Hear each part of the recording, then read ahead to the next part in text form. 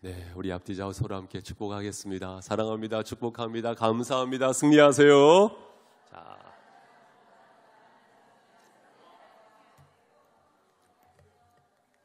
우리 홍성집 예계 성도님들은 다 머리가 좋으신 분들이세요. 예, 감사합니다. 우리가 한동안 민수기 말씀을 주중에 월화수목금토일 큐티 본문으로 삼아서 잘 보셨을 거예요. 그래서 민수기 말씀이 이제 마쳤죠. 그리고 어디 말씀이 시작이 됐습니까? 로마서 말씀이 이제 시작이 되지 않았습니까? 날마다 큐티를 빠뜨리지 마시고 잘 하실 수 있기 바랍니다.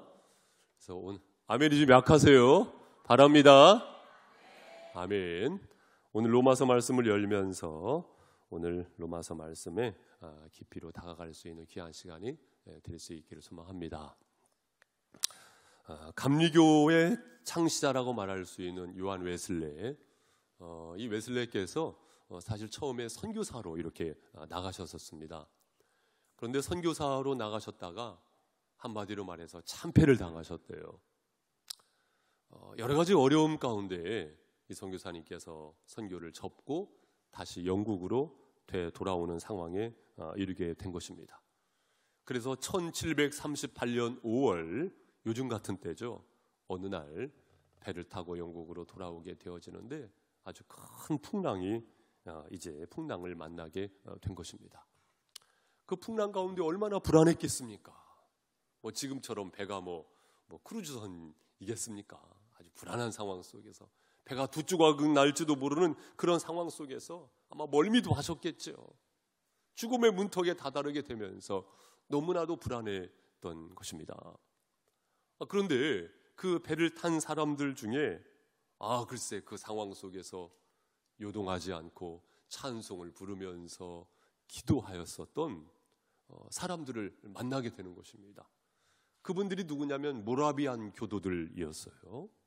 모라비안 선교의 사람들을 만나게 되면서 죽음도 두려워하지 않는 그들을 보면서 엄청난 충격을 받게 된 것입니다.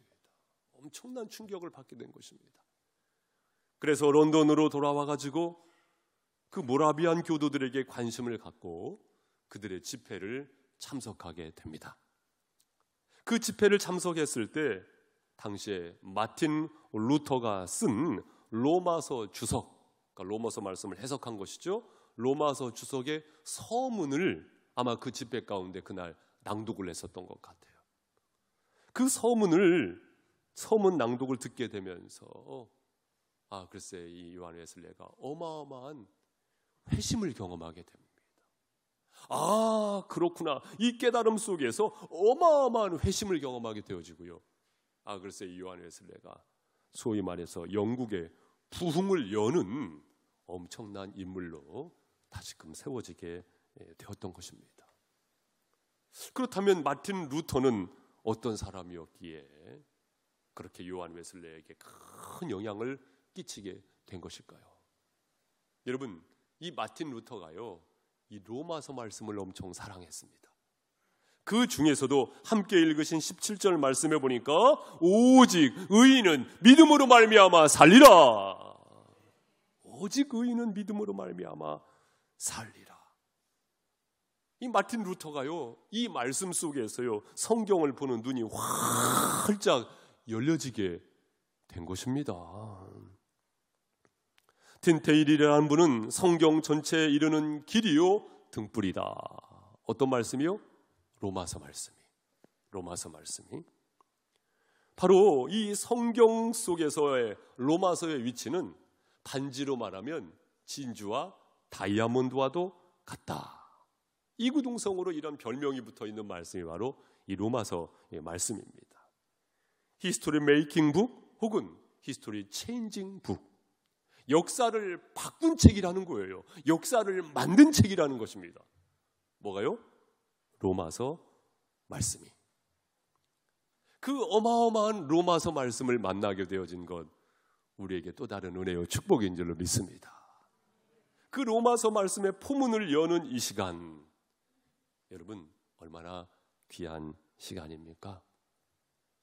이 로마서 말씀은 말 그대로 로마인들에게 쓴 편지예요.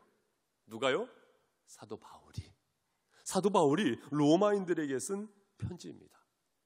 그런데 이 로마의 그리스도인들, 소위 말해서 로마의 교회는 이 바울이 가본 적이 없어요. 가본 적이 없습니다. 어떤 사람들은 로마 교회를 사도 바울이 세운 거 아닙니까? 이렇게 생각하는 분도 계실 수 있는데 그렇지 않습니다.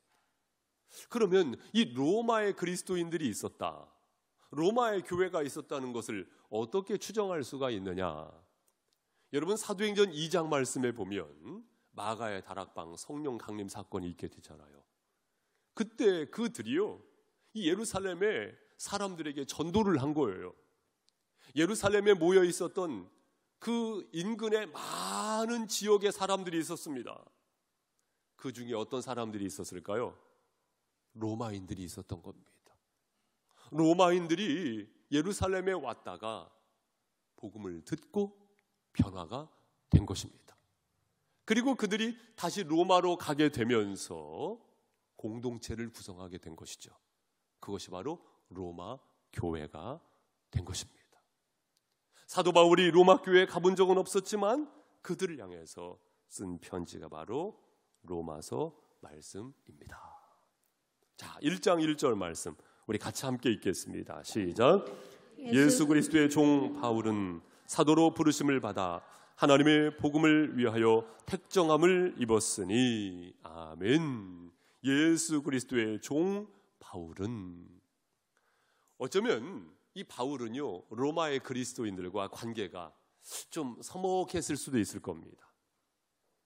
그러한 관계성 속에서 바울은 무엇을 이야기하고 있습니까? 예수 그리스도의 종 바울은 자기 자신에 대해서 성급하게 소개하고 있지 않습니다.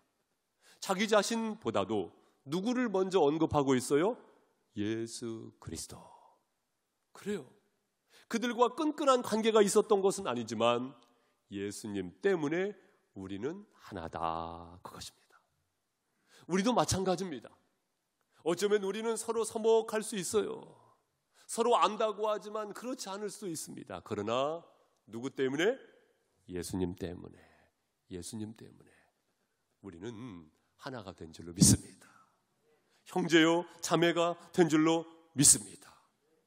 또한 여기에서 중요한 용어는 무엇이냐면요, 부르심입니다. 따라해 보세요. 부르심입니다. 부르심. 특히 먼저 어떤 부르심입니까? 사도로 부르심을 받아.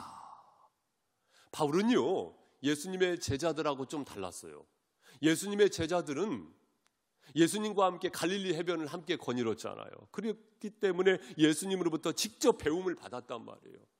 그렇기 때문에 예수님의 제자들은요, 사도로서요 자긍심이 있었고요, 그 권세가 어마어마했습니다.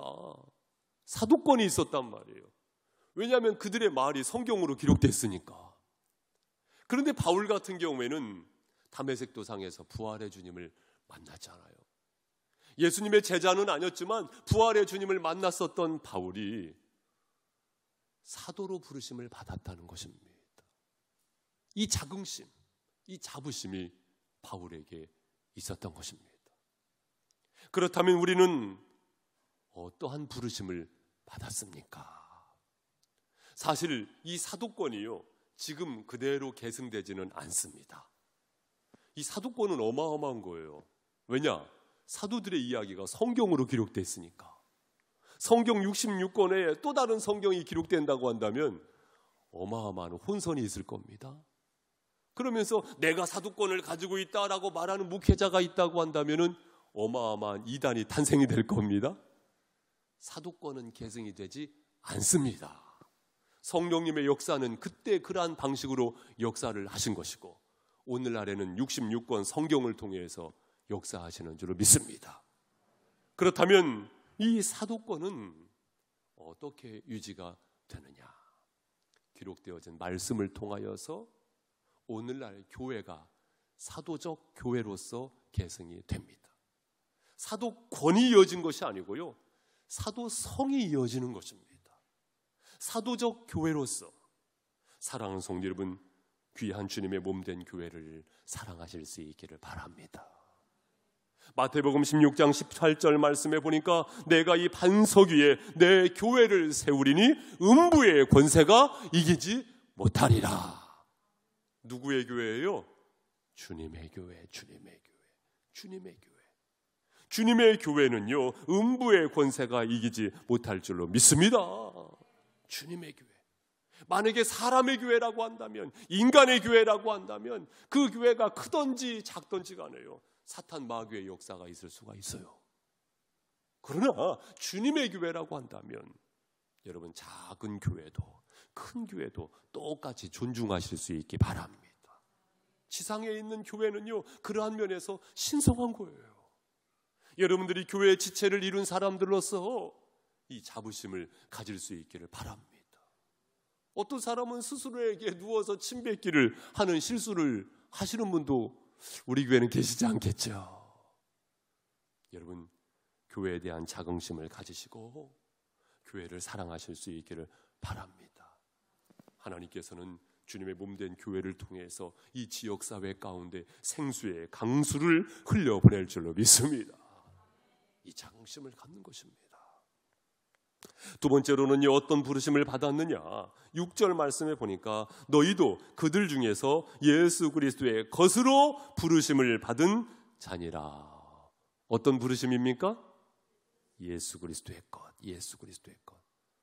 첫 번째로는 사도적 교회로서의 부르심을 받은 것이고요, 두 번째로는요, 예수 그리스도의 것으로 부르심을 받았다는 것입니다. 따라해 보세요. 예수 그리스도의 것. 네. 여러분, 이 말씀이 1차 대상은 누구였죠?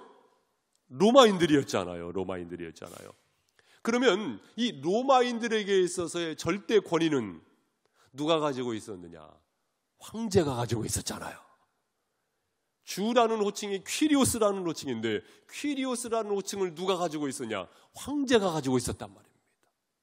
그래서 로마인들은 이것을 고백했어요. 우리 모두는 황제의 것이야. 그런데 사도 바울은 지금 이 편지를 통해서 메시지를 전하고 있는 것입니다. 너희는 황제의 것이 아니고 예수 그리스도의 것이야. 할렐루야. 우리는 세상의 것이 아니고 예수 그리스도의 것인 줄로 믿습니다. 그래서 우리는 예수를 주라고 부르는 사람들입니다. 로마서 10장 12절 말씀에 보니까 누구든지 주의 이름을 부르는 자는 구원을 받으리라. 누구든지 주 예수 그리스도를 말 그대로 주님이라고 부르는 자는 구원을 받는다는 것입니다. 마음으로 믿어 의에 이르고 입으로 시인하여 구원에 이르느니라. 그렇습니다. 사랑하는 성도 여러분, 우리 모두는 예수 그리스도의 것인 줄로 믿습니다. 나는 예수의 것으로 부르심을 받았습니다. 여러분, 아멘이십니까? 우리 옆에 계신 분에게 말씀해 주세요. 우리는 예수 그리스도의 것입니다. 시작. 예, 우리 모두는 예수 그리스도의 것인 줄로 믿습니다. 이 믿음의 정체성을 분명하게 하실 수 있기를 바랍니다.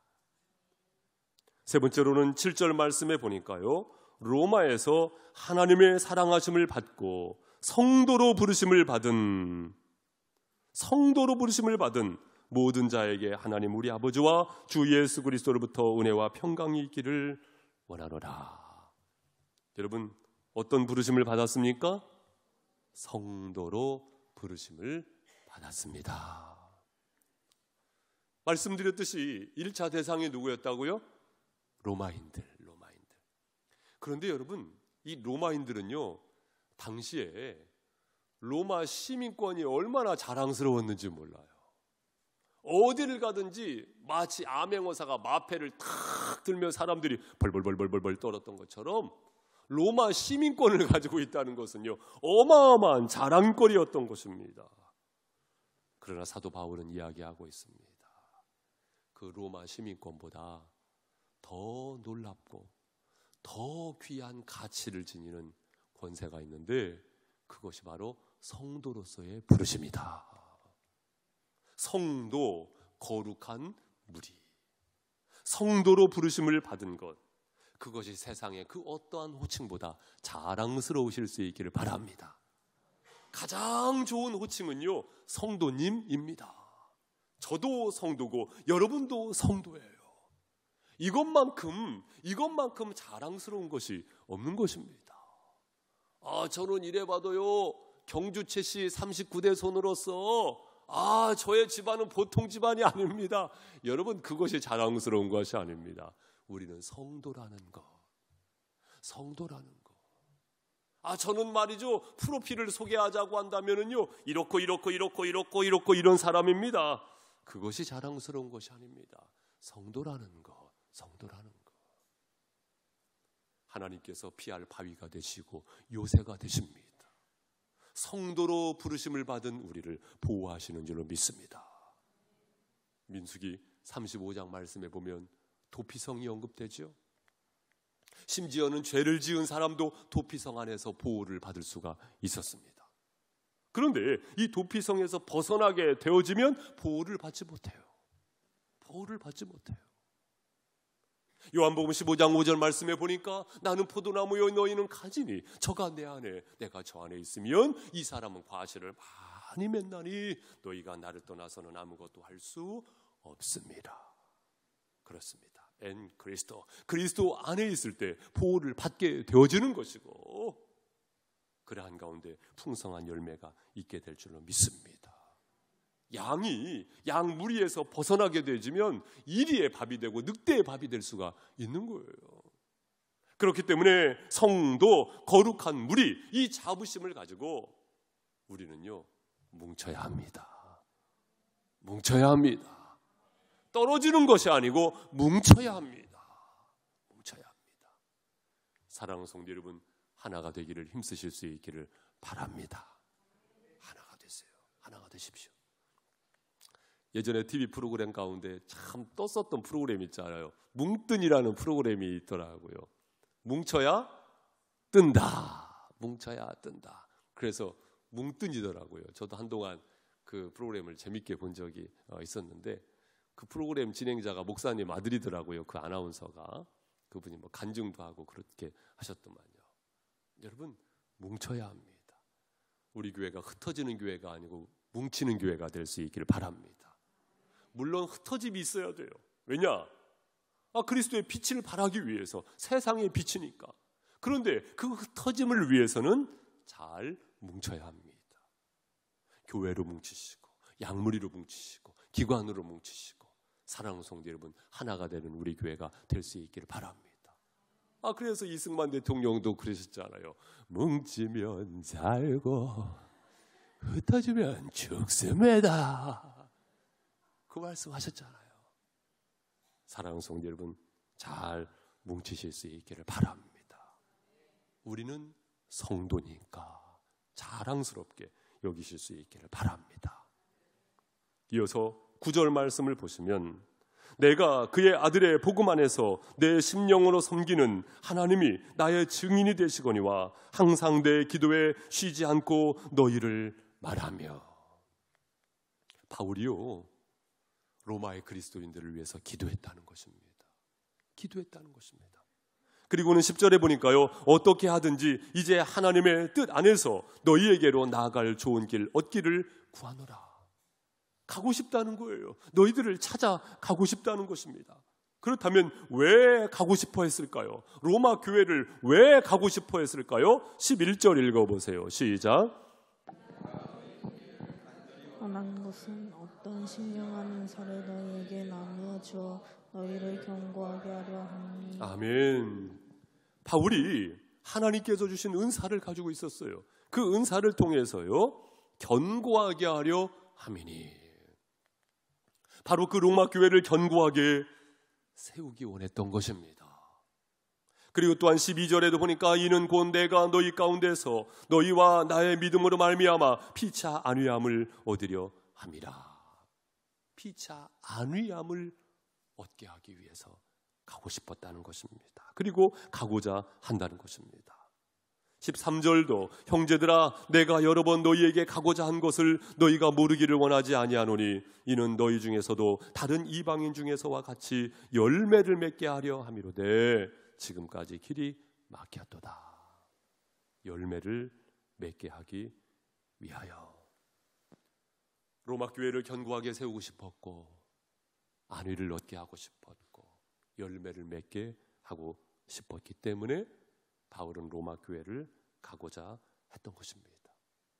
우리는 이 말씀을 보면서 사도 바울이 교회를 얼마나 사랑하는지, 교회를 건강하게 세우고자 했었던 그 열정을 보게 됩니다. 우리는 이 말씀을 보면서 바울의 마음이 주님의 마음이었다. 주님께서는 교회를 건강하게 세우기를 원하시는 줄을 믿습니다.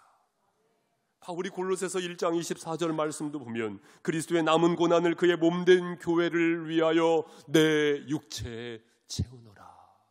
주님의 몸된 교회를 위하여 그리스도의 남은 고난이 있는데 그 고난을 내 육체에 채운다고 이렇게 스스로 말할 만큼 교회를 위하여 아낌없는 수고를 가로막지 않았다는 것입니다. 사랑하는 성도 여러분, 사도적 교회, 하나님의 말씀이 살아있고 기도가 숨쉬는 교회, 천국의 모델이 되어지는 교회, 사랑과 용서의 사람들이 모여있는 집, 이 교회를 건강하게 세워갈 수 있는 아낌없는 수고가 저와 여러분에게 멈추지 아니하실 수 있기를 바랍니다. 우리가 부흥회를 준비하면서 지난번에는 같이 모여서 교회 주변에 풀도 뽑고 날씨가 참 무더웠어요. 그리고 꽃도 심고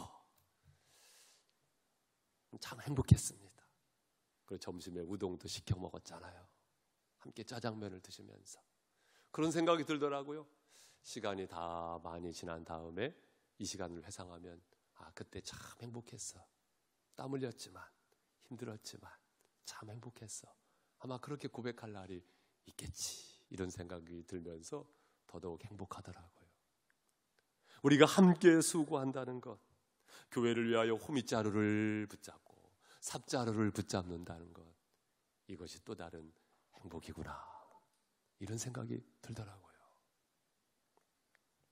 사랑하는 성도 여러분, 부흥회 강사 목사님 말씀대로 써주셔서 감사합니다. 할렐루야. 써주셔서 감사합니다. 교회를 위하여 수고하는 거 부끄럽게 생각해서는 안 됩니다. 죄 짓는 것이 부끄러운 것이지, 교회를 위하여 낮고 낮아져서 겸손하게 수고하는 것이 어떻게 부끄러운 것이 됩니까? 빗자루를 붙잡는 것, 걸레자루를 붙잡는 것이 부끄러운 것이 아닙니다. 따라해 보세요. 써주셔서 감사합니다. 그렇죠. 써주셔서 감사합니다. 그런 말이 있더라고요. 왕관을 쓰는 자, 왕관의 무게를 견뎌야 한다. 여러분, 성도라는 왕관만큼 큰 왕관이 어디 있겠습니까? 천국 백성이라는 왕관만큼 큰 왕관이 어디 있겠습니까? 그것을 견딜 수 있었던 사도 바울, 그리스도의 남은 고난이 있다고, 주님의 몸된 교회를 위하여 내 육체에 그것을 채운다라고 사도 바울이 고백하지 않습니까? 우리는 이 말씀을 통해서 바울이 교회를 얼마나 사랑했는지, 주님의 몸된 교회를 우리 주님께서 얼마나 아끼는지 그 마음을 수혈받으면서 우리의 신앙의 삶 속에 잘 적용해 나갈 수 있는 저와 여러분이 되시기를 주님의 이름으로 부탁을 드립니다. 또한 14절 15절 말씀 함께 보겠습니다. 14절 읽어드립니다. 헬라인이나 야만인이나 지혜 있는 자나 어리석은 자에게 다 내가 빚진 자라. 그러므로 나는 할 수 있는 대로 로마에 있는 너희에게도 복음 전하기를 원하노라. 여러분, 사도 바울이 로마 교회에 왜 가기를 원했는가? 빚진 자이기 때문에요. 빚진 자이기 때문에. 어떤 자이기 때문에? 빚진 자. 여러분, 이 빚진 자로서의 의식이 우리에게 있느냐, 그것입니다. 왜냐하면 사도 바울은 하나님의 자녀로서, 성도로서, 구원받은 자로서의 확신이 있었거든요. 죽을 수밖에 없었던 죄인인데 불러주셨고 그리스도의 피값으로 구원해 주셨거든요. 이 확신이 있었기 때문에 복음의 빚진 자다. 복음의 빚진 자다. 저도 생각해 보면은 죽을 고비를 어렸을 적에 한 번, 두 번, 세 번 넘긴 것 같아요. 우리 그리스도인들은 그 죽을 고비를 넘기면서 아이고 살았네 이렇게 하고 끝내는 사람들이 아닙니다. 왜 그 고비를 넘기게 하셨을까? 왜 그 고비를 넘기게 하셨을까요? 다른 사람을 살리라고. 할렐루야. 다른 사람을 살리라고. 다른 사람을 살리는 교회를 세워가라고. 그러한 동역을 하라고.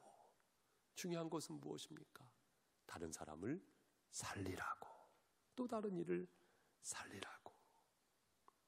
사랑하는 성도 여러분, 복음의 빚진 자로서의 열정이 되살아나실 수 있기를 바랍니다. 다른 사람을 살린다는 것 사실 쉽지는 않잖아요. 내가 죽고 예수로 살 때 그 삶을 살아갈 수가 있어요. 그렇죠. 인간의 타락된 본성, 그 찌꺼기가 사실은 우리에게 있잖아요. 내가 살고 싶은 그 욕망이 있잖아요. 하지만 우리는 예수 그리스도의 이름으로 거듭난 사람으로서 순간순간 내 자신을 날마다 죽노라. 내가 주인이 아니니까. 나는 종이니까. 토요일 새벽마다 우리 형제님 몇 분과 함께 토요 제자 훈련을 받는데 거기에서 근간에 중요하게 여기고 있는 토픽이 뭐냐면은 예수의 주대심입니다. 예수의 주대심. 가장 큰 죄는요, 도덕적이면서 윤리적인 죄가 아니고 내가 주인 되는 거예요. 그것이 가장 큰 죄거든요. 이것이 사단 본색입니다. 영웅 본색이 아니고 사단 본색입니다. 사랑하는 성도 여러분, 나는 죽고 예수로 살면 복음의 빚진 자로서 믿음의 삶을 활짝 열 수가 있습니다. 내가 빚진 자로라. 사도 바울에게 이 고백이 있었습니다. 우리가 평생의 믿음을 살아가면서 이 고백이 저와 여러분에게도 있으시기를 주님의 이름으로 축복합니다. 마지막으로는요, 16절 17절 말씀 우리 같이 읽겠습니다. 시작. 내가 복음을 부끄러워하지 아니하노니 이 복음은 모든 믿는 자에게 구원을 주시는 하나님의 능력이 됨이라. 먼저는 유대인에게요 그리고 헬라인에게로다. 복음에는 하나님의 의가 나타나서 믿음으로 믿음에 이르게 하나니 기록된 바 오직 의인은 믿음으로 말미암아 살리라 함과 같으니라. 아멘. 복음을 부끄러워하지 않는다. 여러분도 복음을 부끄러워하지 마시기 바랍니다. 성경을 이렇게 들고 가는데 어디 간대요? 저기 가요. 그러셔서는 안 돼요. 저 교회 갑니다. 교회 갑니다.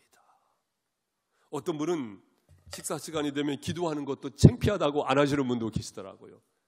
그렇지 않습니다. 그것이 영혼의 복이 되지 않습니다. 오히려 당당하실 수 있기를 바랍니다. 복음의 증인으로서 복음을 부끄러워해서는 안 됩니다. 그러한 가운데 사도 바울은 말하고 있지요. 복음에는 하나님의 의가 나타나서 믿음으로 믿음에 이르게 하나니. 여러분, 하나님의 복음을 통해서 믿음에 이르게 되는 줄로 믿습니다. 그 위대한 하나님의 복음입니다.